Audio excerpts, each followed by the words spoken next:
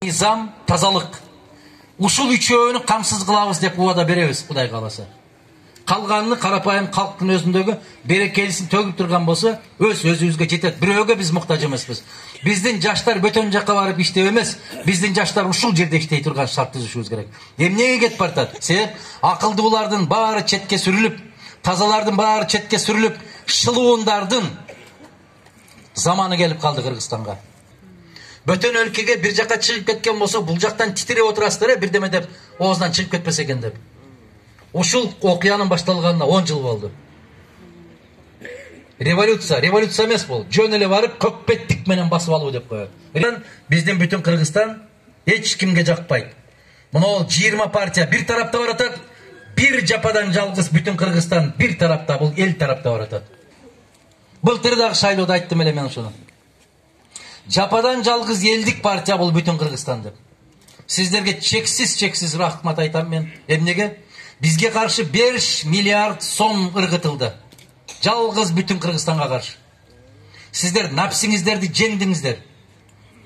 Ашказанды жеңип, ошол нерсеге азгырылбастан бүтүн Кыргызстанды көтөрүп, чыгарып, ошолордун 5 миллиардына каршы бизди жеңишке жеткирдиңиздер. Мен сөзүмдүн аягында айтайын дедим эле, кез келгенде айтып коём. 1000 жолу рахмат сиздерге. Бул биздики эмес, сиздин жеңишиңиздер. Бул биздин баатырдык эмес. Ушул элдин напсисин тыйып азгырылбаган элдин бакысы ушул. Жеңиш сиздердики. Биздин добуштарды кай жерден канчалык уурдашпады, жокко чыгарышпады, баары бир эл жеңди. Элди эч ким жеңе албайт. Жараткан Аллах гана элдин көкүрөгүнө туура жолду салып койгон болсо, башка эч ким эч кандай нерсеси менен жеңе албайт. Сыртта иштеп аткандарга биз мындай жеңилдик кылабыз. Мен Кыргызстандын жаранымын деп көкүрөгүн көтөрүп уялбай жүрө турган кылабыз, иншалла. Биз Россиядагы кыргыздарга барып мен жолукканда айтат эле да, кыргызмын деп айтпайбыз дейт. Кыргызмын дегенден уялабыз дейт. Биз казакпыз деп коебуз дейт. Мына ушундай уят нерсеге чейин кеттик биз. Өзбекстандан, Казакстандан деп айтып коюшка мажбур болушуп атат ушулар. Себеп алар да күлүп атат. Качан токтойсуңар деп. Качан эл болосуңар деп. 4 атты минип келип эле билгениңерди жасай берген эл экенсиңер деп атат дейт. Урматтуу Адагаң Исанбаевич, менин сизге өтүнүчүм, Кудай буйруп насип этип өтүп калсаңыз, бизде мигранттардын үйүндө машинасы бар, кемпир чалдар менен жашаган үй бүлөлөрдүн пособиясын жок кылып салган. Айфон эмес бул. Айфон эмес. Карагылачы ушу канча жашта ушу балдар? Айфон эмеспи, мына көрдүңөрбү? Ушу балдар. Айфон эмес бул. Алдай албайт, булар билет. Ушул маселени көз чаптырып койсоңуз, айрыкча тоолуу регион чек арага чектешкен айылдарды караштырсаңыздар, алдын ала чоң рахмат дейт. Кудай кааласа, биз бул маселелерди карайбыз. Эмнеге? Атасы менен чоң энесинин үйүндө машина турса, ал балага кандай тиешеси? Мен ошол комитетте 10 жыл болгом, билесиздер. Келип ушул жерге убада берип, ушул жерден канча бир аялдарга пособияны жаздырып кеткен да күндөрүм болгон мен.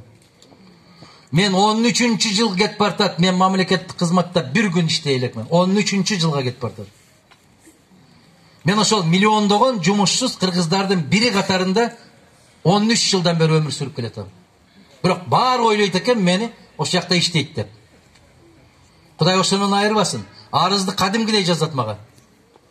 Кечээ бир Россиядан келген азаматыбыз, Оренбургтан келген азаматыбыз, кыргыздарды Казакстан чекарасынан өтпөй, Соль-Илецк деген жерде калып калганда, сиз кайрылыңыз деп чыктым деп атпайбы, кечээ сүйлөп атпайбы? Мен айттым, мен кантип кайрылам? Мен миллиондогон кыргыз жумушсуз кыргыздын биримин. Жок, сиз кайрылышыңыз керек. Аллахка шүгүр. Эч кандай кызматым, даражам жок туруп, Нурсултан Абишевичке кайрылдым. Нурсултан Абишевич 30 мүнөттүн ичинде жообун берди. 48 саатка калтырбай миңдеген кыргыздарды автобуска салып кайра Кыргызстанга жеткирип берди. Бул не деген даража? Бул Аллахтын гана берген даражасы. 2 günden beri Kazak Premier Ministerin hökümet başçısının telefonunu aldıra alбай atam dep bizdin hökümet başçı iйлap oturdu. Esiңерде var mı? Alбай атат, telefon çalsam götөрбөй атат. Kim götөрөt? Kim эсептешет сени менен? Kim seni kişi katары көрөт? Эгерде сен туура эмес жол менен келген болсоң. Мен жумушсуз катарында гана, журт башы катарында, эл башы, президент катарында эмес, бүтүндөй түрк элдеринин аксакалы катарында деп кайрылдым. Нурсултан Абишевичке чексиз шүгүр. Рахмат. Ошо кишиге дагы рахмат. Жарым саатка жетпей жооп берип атат. 48 саатка жеткирбей, бир кыргызды калтырбай Кыргызстанга жеткирип берип атат. Караңыздар.